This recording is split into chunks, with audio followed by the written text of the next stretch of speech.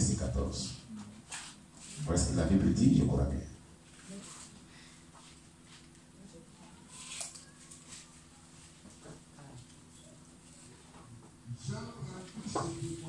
Lisez-nous cela. Romains chapitre 8, le verset 14. Oui. Car tous ceux qui sont conduits par l'Esprit de Dieu sont fils de Dieu. Voilà ce que dit la Bible. Ça veut dire que toi, dont la vie n'est pas conduite par le Saint-Esprit, tu n'es pas fils, tu n'es pas fille de Dieu. Tu es disqualifié du ciel. Parce que ce sont les fils et les filles de Dieu qui vont entrer au ciel. C'est tout. Tu sais pourquoi? Tu sais pourquoi? Parce que quand tu es conduit par le Saint-Esprit, c'est ce que je suis en train de vous dire là. Je suis en train d'expliquer les verrouages de comment on arrive à être conduit par le Saint-Esprit. Tu vas commencer sur là tout à l'heure. Dès qu'on finit de faire le culte, tu arrives à la maison, ou bien en route, en allant chez toi, tu dis dans ton cœur, Saint-Esprit, qu'est-ce que tu veux qu'il fasse maintenant? Ce qui était dit maintenant, là, fais-le. Tu finis de le faire, tu dis, Saint-Esprit, je vais faire quoi encore? Il te dit encore de faire telle chose, tu le fais. Tu finis encore, tu dis, Saint-Esprit, qu'est-ce que je dois faire? Ce qui te dit, chaque fois qu'il te dit de faire quelque chose, quand tu finis, pose-lui la même question. Pose-lui la même question. Pose-lui la même question. Tu seras dans la volonté pleine de Dieu. Tu ne pécheras pas.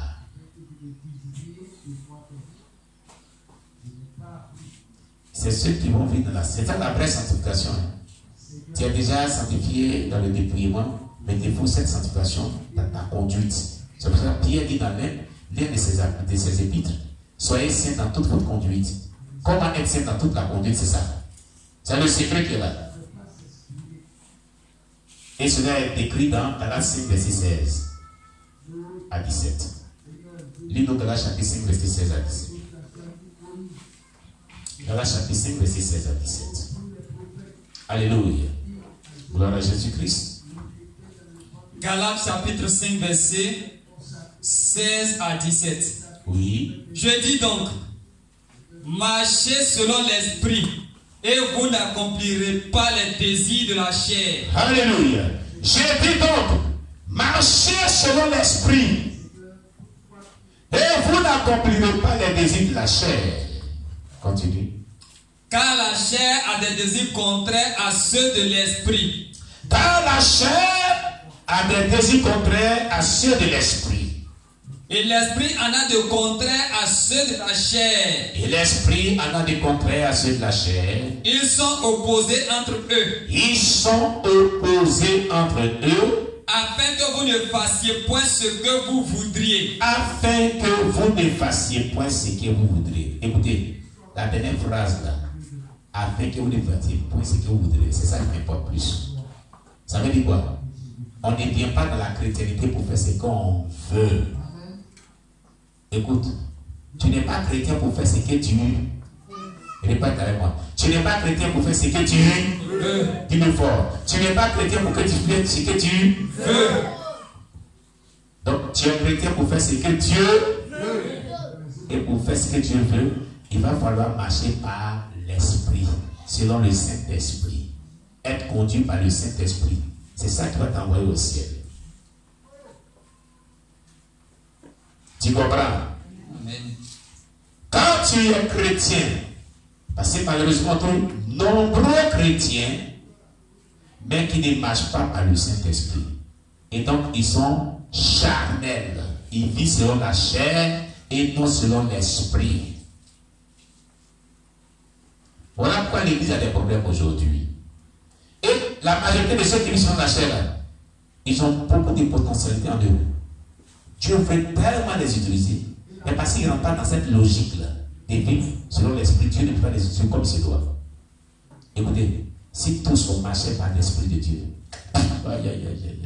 tous les dons spirituels qui sont dans les 9 dons spirituels qui sont dans la Bible, vont se manifester ici. Je vous dis la vérité. L'Église sera encore plus puissante. Parce qu'à chaque personne, Dieu a déposé des dons spirituels, mais là, quand tu marches par le Saint-Esprit pour les utiliser. Écoute, tu es là sur le pays, tu dis, ah Seigneur, on dit qu'il y a les dons spirituels, la parole dit qu'il y a les dons spirituels en moi, mais je ne se manifeste pas. Dieu dit que tu ne parles, mais moi tu ne me parles pas. Il attend que tu marches par son esprit, c'est tout. Il attend que tu sois dirigé par son esprit dans toutes les choses. Si vous voulez que Dieu vous utilise puissamment, Vous voulez voir l'onction se manifester à tout moment dans votre vie et au travers de votre vie pour se glorifier. Le secret, c'est ce qu'il vous a dit là. Seigneur, qu'est-ce que tu veux que tu fais? C'est ce truc que tu veux qu'il fasse. Va faire telle chose qu'il faut qu'il fasse. Oh Seigneur, merci, j'ai fait. Mais, et alors, qu'est-ce que tu veux encore? Il te dira, fais ceci. Tu vas faire. Seigneur, j'ai fait des faits. Qu'est-ce qu'il y a encore que je dois faire? Et tu le fais. Tu peux lui poser la question, pourquoi telle chose est comme ceci? Pourquoi telle chose est comme cela dans ma vie? Il va te répondre. Pendant que tu fais ce qu'il te dit, c'est la communication du Saint-Esprit, le secret, et sa soumission à son esprit. C'est cette vie-là qui veut nous communiquer. C'est ce qu'il a vécu. C'est pour ça qu'il était plusieurs puissants. Il dit, je ne fais que ce que mon Père me demande de faire. Vous n'avez pas entendu ça? Jésus dit cela en tout cas. Hein? C'est de cela qu'il parlait. C'est de cette vie-là qu'il parlait. Il ne parlait pas d'autre chose que cette vie-là. Vous voulez voir des miracles? Vous voulez voir des déblocages? Vous voulez voir la guérison? Vous voulez voir vraiment tout ce que vous cherchez avec Dieu?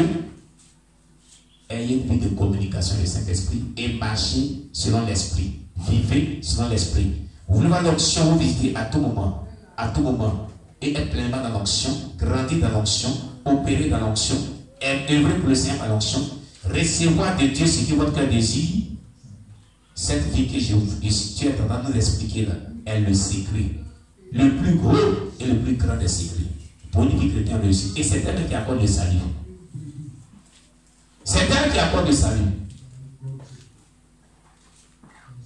C'est cette vie-là qui accorde le salut véritable. Parce que vous serez en train de faire la volonté de Dieu à tout moment. À tout moment.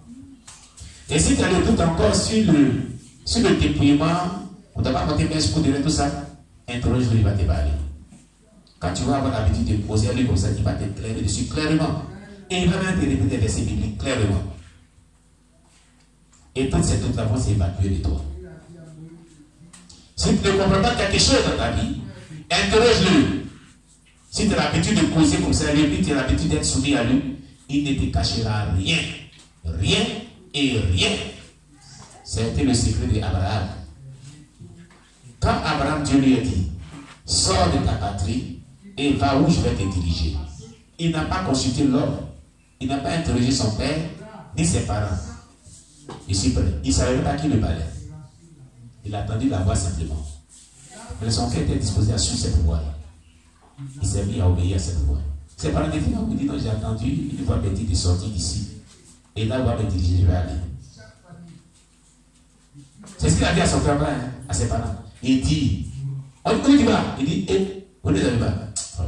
J'ai attendu une voix qui me parle. Elle me dit de sortir du milieu de vous, papa. Elle me dit d'aller là où elle va me diriger. Moi, je suis cette voie-là. Je vais la commencer à suivre. Arrivé qu'elle m'a dit, bâtis-moi un hôtel ici. Il bâtit. Dieu se révèle à lui dit, tes descendants seront captifs, assujettis par un peuple. Mais ils reviendront ici et ils posséderont ici qu'on appelle Canaan. Parce qu'Abraham a écouté la voix de Dieu. Un jour, il était là.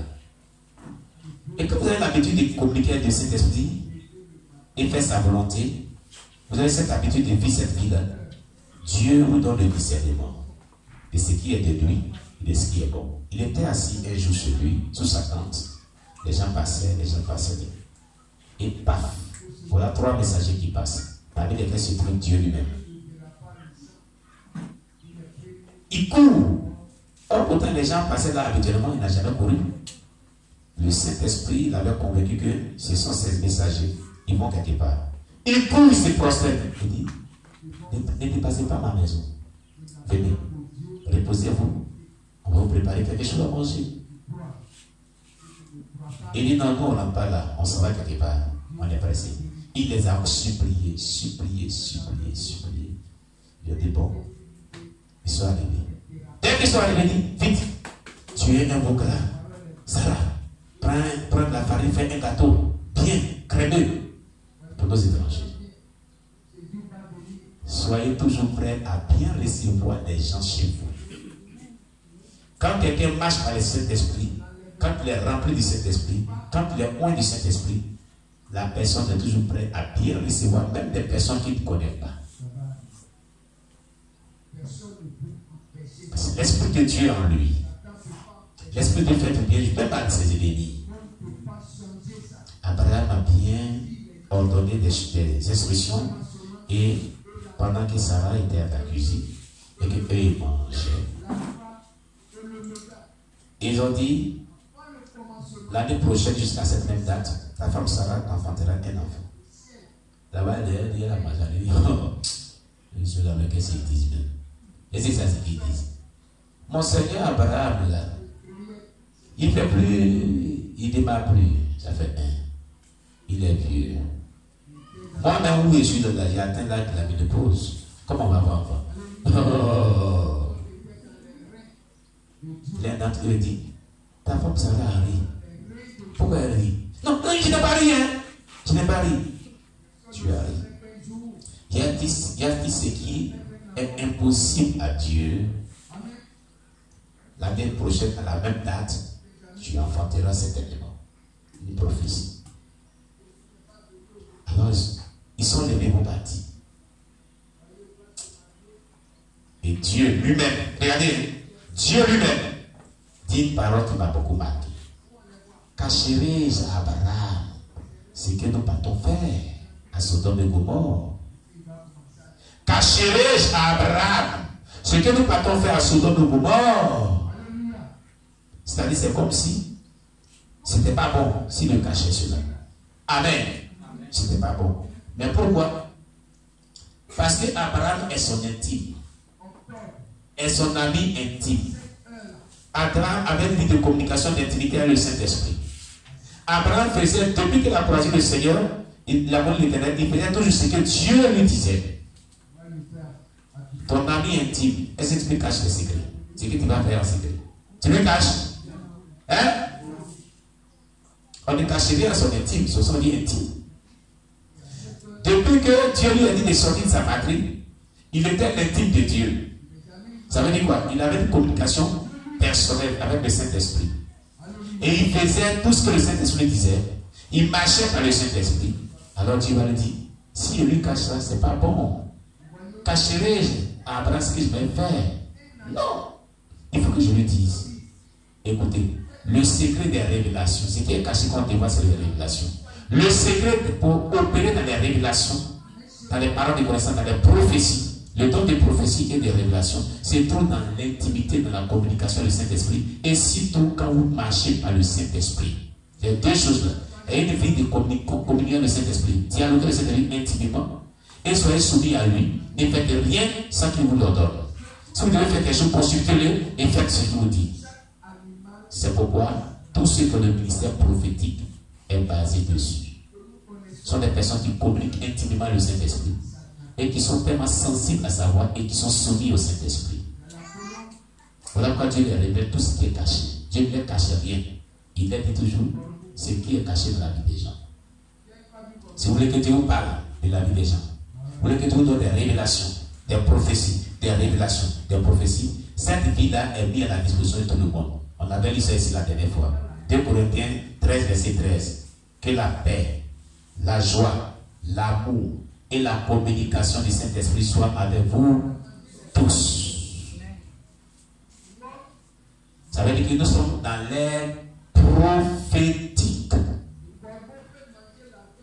Nous sommes dans les derniers temps et l'Esprit de Dieu est réparti tout cher. Chaque personne doit rentrer dans le prophétisme. C'est pour ça que Dieu a mis cela à la disposition sur tout le monde. Avant, c'était seulement au prophète. Mais il a étendu cette grâce sur tout le monde. Pour que chaque personne puisse opérer dans le prophétisme. Amen. Alléluia. Amen. Alléluia. Amen. Comment tu vis avec le Saint-Esprit? Je vais insister dessus beaucoup. Parce que Dieu... Merci Saint-Esprit. Mais dès qu'il y a des gens qui ont des dons spirituels en eux, des appels très puissants ici, mais comme ils ne rentrent pas dans cette logique de cette vie de communion du Saint-Esprit et des sons du Saint-Esprit, Dieu ne peut pas les utiliser comme il doit. Et ce qui fait qu'ils souffrent, c'est à cause de ça. Parce que Dieu allait les bénir. de par cette vie-là, Dieu va vous bénir, mais vous bloquez votre bénédiction.